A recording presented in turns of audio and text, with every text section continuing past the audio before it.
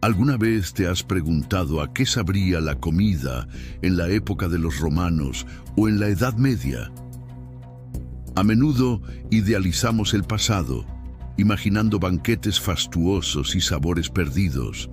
Pero la realidad es que muchos de los platos más codiciados de la historia hoy nos harían llamar a sanidad de inmediato. Prepárense para un viaje culinario que les revolverá el estómago y les hará agradecer vivir en el siglo XXI. Hoy vamos a descubrir 8 delicias históricas que serían auténticos delitos sanitarios. Empecemos nuestro festín en la antigua Roma, con un plato que era la estrella de cualquier banquete que se preciara: el garum. ¿Qué era? Básicamente, una salsa hecha de pescado fermentado. Y cuando digo pescado, me refiero a todo el pescado: vísceras, sangre, espinas, todo junto. Se metía en grandes tinajas con una cantidad brutal de sal y se dejaba al sol durante semanas o incluso meses para que se descompusiera y fermentara. El líquido resultante, ese era el garum. Imaginen el olor de miles de kilos de pescado pudriéndose bajo el sol del Mediterráneo. Hoy en día, un inspector de sanidad se desmayaría solo al ver el proceso. Fermentación sin control, riesgo altísimo de botulismo y otras bacterias. Directo al banquillo de los acusados. Sin salir de Roma, hablemos de los lirones. Sí, esos roedores adorables que parecen ratoncitos con cola peluda. Para los romanos eran un manjar exquisito, pero no los cazaban en el bosque y ya. Oh no. Tenían un método especial. Los criaban en vasijas de terracota llamadas glirarium, que eran como pequeñas jaulas de cerámica con respiraderos. Allí, en la oscuridad, los cebaban con nueces, bellotas y castañas hasta que engordaban tanto que apenas podían moverse. Luego, los cocinaban rellenos de carne de cerdo y piñones, o simplemente asados y cubiertos de miel.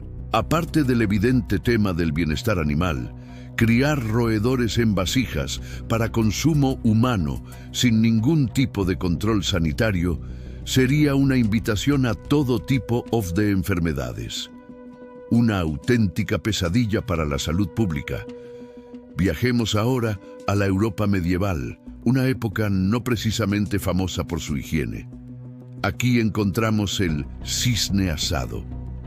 En los banquetes de la nobleza era el plato principal por excelencia, un símbolo de poder y riqueza. El problema no era tanto el cisne en sí, aunque hoy es una especie protegida en muchos lugares. El problema era la presentación. Para que pareciera más espectacular, a menudo cocinaban el ave y luego la revestían con su propia piel y plumas para que pareciera que estaba viva sobre la bandeja. Sí, han oído bien. Plumas que habían estado en contacto con quién sabe qué, pegadas a la comida que te ibas a comer. Contaminación cruzada es quedarse corto. Era un festival de gérmenes servido en bandeja de plata. Y de la Edad Media no nos podemos ir sin mencionar la gelatina de carne. Olvídense de las gelatinas de frutas, esto era otra cosa.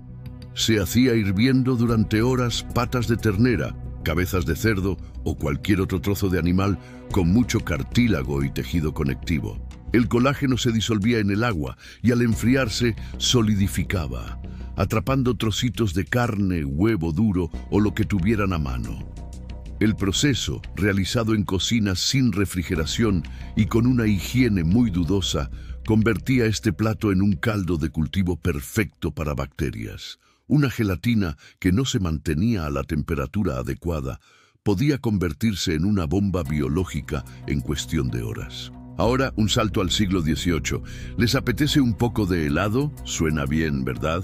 Pero el helado de ostra de la época georgiana en Inglaterra podría hacerles cambiar de opinión.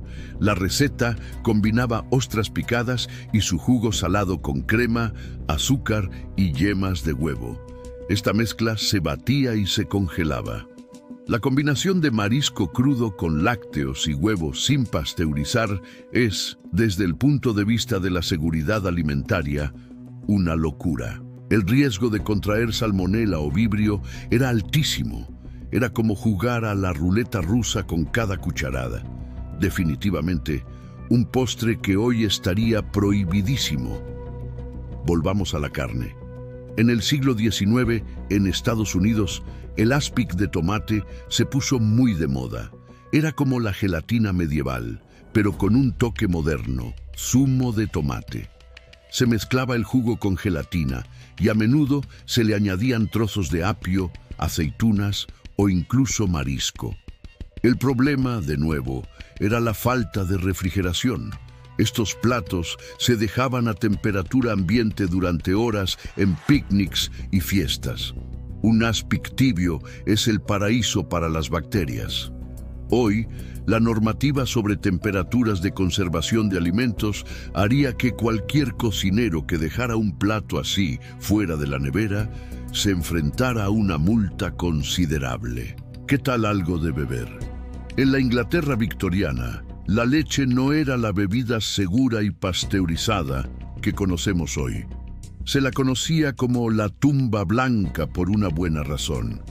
A menudo, la leche provenía de vacas enfermas, criadas en condiciones insalubres en plena ciudad.